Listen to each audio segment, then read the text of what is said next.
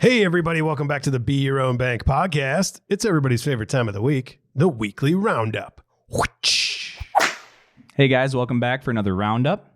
This week, we've got a lot to get into. But first, please remember to like, subscribe, turn on those notifications so you can get us right when we drop. Or if you're in the car, you can listen to us on Apple and Spotify. So, without further ado, this week, Australia's in the news. They are moving up the charts of adoption. We're going to cover that. Additionally, we're going to get into some terms that I think are important, which are cold storage and hot wallets, how they work, and also what are these keys that we keep talking about? The saying is not your keys, not your coins, but what does that mean? We're going to tell you.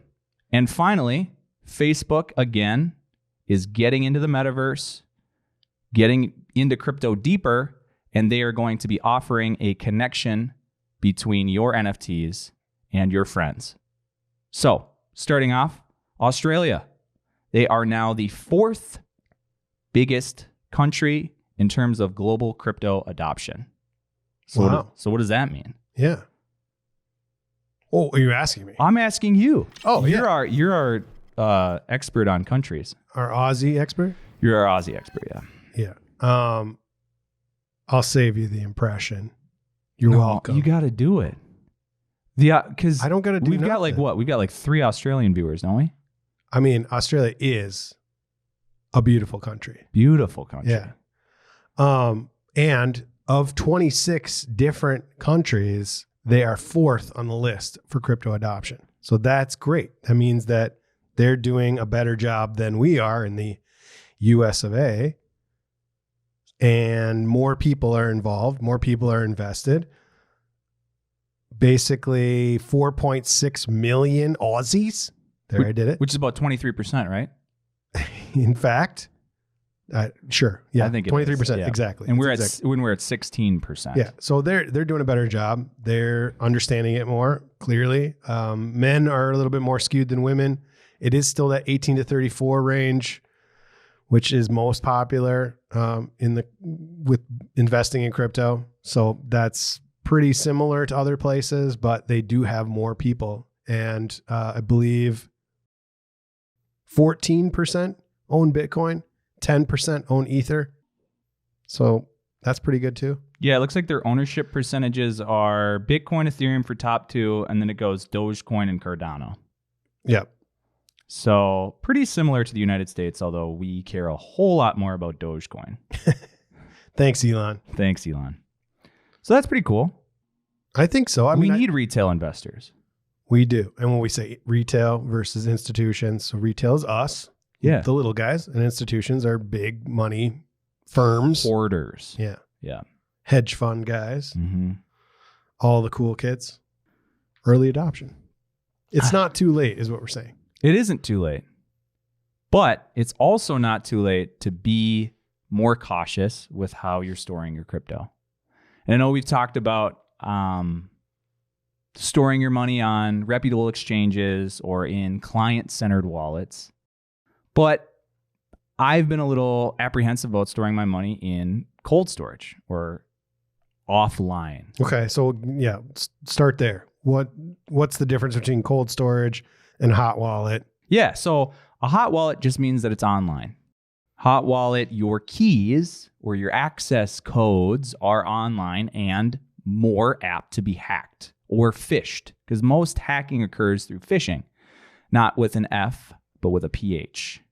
And phishing is just you click a bad link and someone gets access to your passwords, your email, or whatever, so that they can access your private information or your funds, which is really scary. That is scary. And I mean, it can even happen if you have money on a reputable exchange, because if they can get into your email, they can change your password, they can get into your money. They basically backdoor your computer. Yep. Poor choice of words. But no, backdoor, that's the right term. Yeah. But as a verb, backdoor? I think we can use that as a verb. They access the back door of your computer. Right. Right? Mm-hmm. And by doing so, they get access to all of your passwords, potentially. I mean, they got to be good, right? Well, we talked about this before. There was a couple of YouTube videos that had bad links that if you clicked on them, it would scan your computer for certain hot wallets like Exodus. I love Exodus, but it is a hot wallet. And they would steal your keys. Right. Or like in a National Treasure where he puts the die on the coin and gives it to her, and then she types in the code. Yep. And he knows because he's got his little black light. Super cool. I recommend the movie. The first one. Not the second one. No. Ugh. Yeah. But it is a problem. It is something that can happen to anybody, aka Seth Green losing his little monkey picture. Fred Simeon. Anyways, it's probably unlikely, but when you have better options, you might as well take them. And so I hadn't done enough research on cold storage, and I'm starting to like it a little bit more. Okay. My initial problem with it was, whoa, all of the burden of responsibility is on me. If I lose my little flash drive, I'm SOL. So that's what we're talking about. We're talking about cold storage being just literally a USB drive that's encrypted. Right. That you put all your coins on. Do the coins go into the drive? So that's the thing. That's what I thought. I thought we were transferring the coins offline, kind of like a side chain, and now they're on the flash drive, but that's not what it is. Okay. That's not what it is. Go on. What you're doing is you're just transferring the privilege to access your coins offline, aka the key. Yes. So when you store your money on a Coinbase or a Kraken or a Nexo, they have your keys. They have access to all your coins. They IOU, just like a bank. They IOU those coins. So if you transfer them out, they're going to send them to whatever address.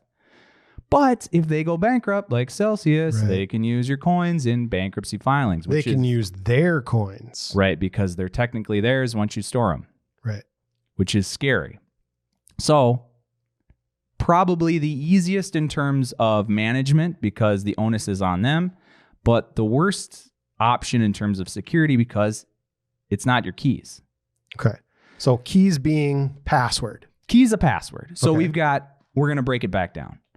There are 2 keys for every crypto wallet.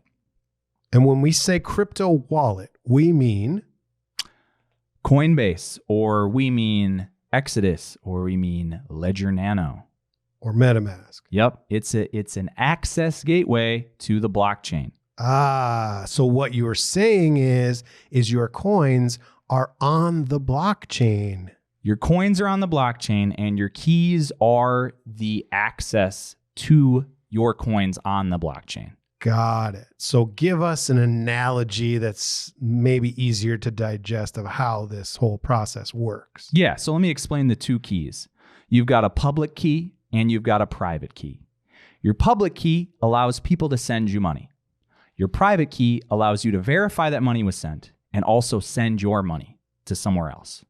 Okay. So all crypto wallets require both a private and a public key. So what are those things? What does it actually look like? Well, your public key is that string of alphanumeric code, that barcode, OXB39, blah, blah, blah, blah, QR. blah, right? 20 to 30 some characters. Okay, that's your public address. Your private key, if you are your own custodian, which you would be if you use an Exodus or a Coinami or a hardware wallet, cold storage, you're your own custodian. Your private key is your seed phrase, which we talked about. So it's that random set of words. Dinosaur. Pineapple. Jump. Dolphin. Friend. Formidable. Dirty. Kumquat. Razor. Cool. Nugget. Crusader. Okay, I think we got it. All right. Anyways, it's just a bunch of words, but those words represent a string of code.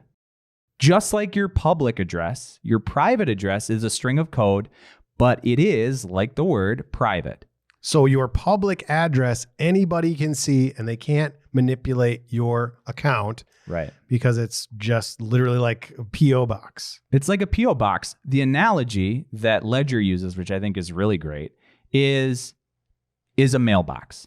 Think of your mailbox, but not like the one where you can just open it. Think of the one that needs a key, or a P.O. box that needs a key. So the mailman or woman, they know where your mailbox is. They know your public address. So they can come and deposit a letter. will consider the letter coins. But in order for you to receive those coins, you have to use your private key, your mailbox key, your P.O. box key, and you have to open the mailbox, verify those coins, and now you can do whatever you want with it. You can resend the letter, you can open the letter, you can store it somewhere, right? But your access to those funds, just like a mailbox, requires a private key. That code needs to be stored somewhere safe, because if anyone, for whatever reason, gets your private key, they have full access to your funds.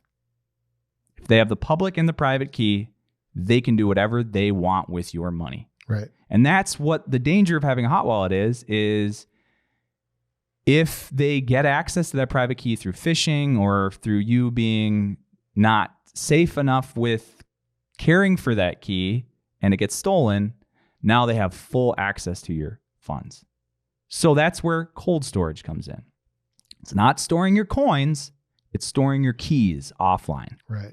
So a hot wallet has your keys online, may be secure, may have a password or a PIN, but it's still more at risk for hacking. Whereas if your keys are stored offline, there's only one point of access, which is when you plug it into your computer, it gets funneled through the website of the cold storage creator. So the two most popular are Ledger and Trezor. So when you access your funds, you plug it in and it has to go through their website. So if their website's compromised, potentially your funds could be, but it's one access point versus the whole internet. Right. Okay? Much more secure, but also the onus of responsibility is on you. For example, if you have a Ledger Nano, it's just a little flash drive, you plug it in, it's got a PIN. That PIN gives you 3 attempts to get it right. If you get it wrong 3 times, it resets the hard drive. Wait, so all your coins are gone? Your coins are on the blockchain, so your coins aren't gone. Okay. No. But if you don't know that 12 or 24 word phrase, you will not be able to access your mailbox. You will not be able to access that point on the blockchain that has all of your coins. So it's basically like locking up your P.O. box key in another lockbox. And you got to know the code to the first lockbox to get your key for your P.O. box to get your coins. Exactly. Okay. It just adds another layer of security and it stores those keys offline. So that's the difference. And that's what I didn't realize is I thought, whoa, if you lose a flash drive, you're done. Like you lose all your money. Because we've heard those stories. We've talked about those stories. The guy loses his hard drive with all his coins on it. Or he's trying to get the password to the hard drive that's got 1,000 Bitcoin on it or something. Right. Like that. And you're like, well, the Bitcoin's not actually on that hard drive. Right. It's the access to it. And he may not have saved his master seed phrase. And so he needs that specific hard drive and needs to know that specific PIN to figure out what the master seed is. Ocean. Abominable. Bread. Operator. Pants. GLEN. Are proper names? Is that included? No, I was thinking like a GLEN. Like a GLEN. Oh, got it. So I hope that clears it up a little bit. Personally, I'm going to buy my own hardware wallet and test it out. Because if I can lose it and it's fine, that's way more secure than storing, my $20 on Coinbase. Right. But yeah, if you have more questions about it, I do encourage you to go on Ledger's website. They're the #1 in the world. Always buy directly through them because people could install backdoors on third parties. I know they've done research on it. Oh, so don't buy it off eBay. Don't buy it off eBay. Pay the full price for it. It's worth it. Buy it directly from them. Their website really explains it well. If you have further questions, I think it's a really cool idea. And that's what Coinbase does. That's what Kraken does. They store all of their keys to your coins on these cold storage Right, wallets. because it's upwards of like 97% or something, right? Yeah, 98% for Coinbase. Yeah. Yeah. Yep. That's what makes it almost as secure as having your own private keys. Right, because Locked someone would have to guess that 24-word phrase in order. And let me just show you how impossible that would be. With 6 random words, it would take a computer algorithm that's constantly cycling through passwords 85 sextillion years to hack that. That's a lot of years. It's a lot of years. And that's only 6 random words. Most master seeds are 12 to 24. So exponentially harder. Literally impossible to hack your master seed phrase by random guess. Okay. So you're storing that offline. That's why they say cold storage is so safe. Hope that's helpful. Again, if you want more information on it, please feel free to check out Ledger's website. They are the #1 cold storage manufacturer in the world. And I will be personally getting one to check it out. So finally, Facebook, Instagram are now integrating NFTs. Meta. They're allowing you to connect your wallets, MetaMask, Coinbase Wallet, Trust Wallet, to their platforms so you can share your NFTs with your friends. And I'm guessing make it easier to transition once they can into accepting crypto and making that They whole will. thing. Yeah, for sure. I mean, what could go wrong, right? A multi-global national company is now asking you to sync your passwords to their platform, which has never been hacked. Not in 2018, they weren't hacked. 50 to 90 million accounts hacked, although they said 30 million, which is still a ton, right? It's a lot of people. So yes, what Facebook is doing is they're doubling down on the metaverse, crypto, NFTs. They see the value. You'll be able to link your NFTs, all of your cool gifts. You'll be able to have, to share with your friends who care about NFTs, right? And then it seems that the other piece of this is it will actually catalog like the metadata, not meta, but you know what I mean? Yeah. Metadata. So all of the info from that NFT, when it was created, who it was created by, how many people have sold it, all those stat sheet will be included in this interface, whatever that is. Well, it makes sense they're doing this too, because Twitter already did that. Like you can put your Bored Ape or your CryptoPunk or your Meebit as your profile picture. And if it's the actual thing, you'll get a hexagonal border that will verify that you are using a real NFT. Cool. So cool. Free subs. Yeah. Subscribers. Yeah. Well, I mean, they have to be competitive. They do. Yeah. And it's okay. It's a low-hanging fruit, if you will. I mean, if we had a crypto dick butt, don't you think it would be the BitBros tweets Twitter picture? Sure. Yeah. But we don't have a crypto dick butt. No, because I didn't listen to you. You didn't listen to me. I was saying the crypto dick butts investment strategy was foolproof. And you said, what a dumb idea. Yeah. Yeah. And who's laughing now? None of us are. None of us are. No. Because we didn't buy it. We could have stored it on our cold storage wallet. We could have had it on cold storage. We could have had a Meta. People would have known that was an authentic dick butt. Yeah, because I mean, there are a lot of counterfeit dick butts out there. And we need to know what's real and what's fake. Agreed. Because this is a big world of fake going on. You don't want to be caught up in that. No. Mm-mm. You don't want to get your dick butt fished. And you don't want to be the Botox of dick butts. What does that mean? I don't know. I just thought I was going somewhere with that. Yeah, but it didn't go anywhere? No. Okay. Anyway, point is, Facebook, come on. Everybody's in it. Let's go. Get in. And even the young kids, the youngsters who don't have a Facebook. Oh, you have a Facebook? They still have Instagram. Wait, Facebook's not cool anymore? No. Facebook's like the new MySpace. That's why they had to buy Instagram. Sorry. So I'm interested to see where Facebook goes with this, or Meta. Definitely not going to be linking my MetaMask wallet to them anytime soon. I would have some sort of secondary wallet, but so that's the roundup. Thanks for tuning in, everybody. All right, let's take a look at those charts.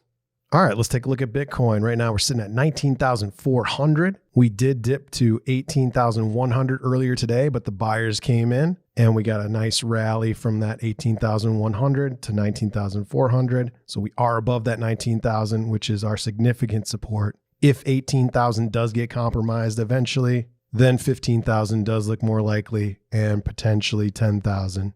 We are still below the 50-day moving average in orange, which is right around that $20,000 range. If we can reclaim 20,000, then 22,000 would be next. But I do like this buying pressure that came in at 18,000. That is a good sign. Until we make up our mind, we're just going to keep ranging from that 18 to about 24,000. All right, let's take a look at total market cap. Nothing has changed, but the buyers did come in again. You can see, hopefully that can maintain. We're really looking to reclaim that $1 trillion mark, and then we could see some more upside. All right, let's take a look at dollar cost averaging. I've got XRP. XRP has been in a bottoming formation. XRP has been moving up recently, probably in anticipation of its flare airdrop. So it could be a buy the hype, sell the news situation, or XRP could be building up its momentum to take its next leg up. It does look to have found a local bottom around 30 cents. Right now it's at 50 cents. Might want to take a look at XRP. Next, we've got Chainlink, same thing. It's been finding a local bottom. It's been ranging between $4 and $8. It's come all the way down from 50. I think Chainlink is a good opportunity. And finally, Zcash, same thing. Trying to find that bottom. It's at $50. Peaked at 800, I believe, in the 2017 rally. I think Zcash is a good deal at $51. That's it for the charts, gang. We are the Bit Bros. Remember, we are not licensed financial advisors. All content is intended for educational purposes only. Please do your own research and only risk what you're willing to lose. We'll see you next week. Thanks for tuning in, everyone. Please remember to like, subscribe, turn on those notifications, and we do appreciate your comments. If you want to listen to us, you can do so on Spotify and Apple Podcasts as well. We'll see you next week.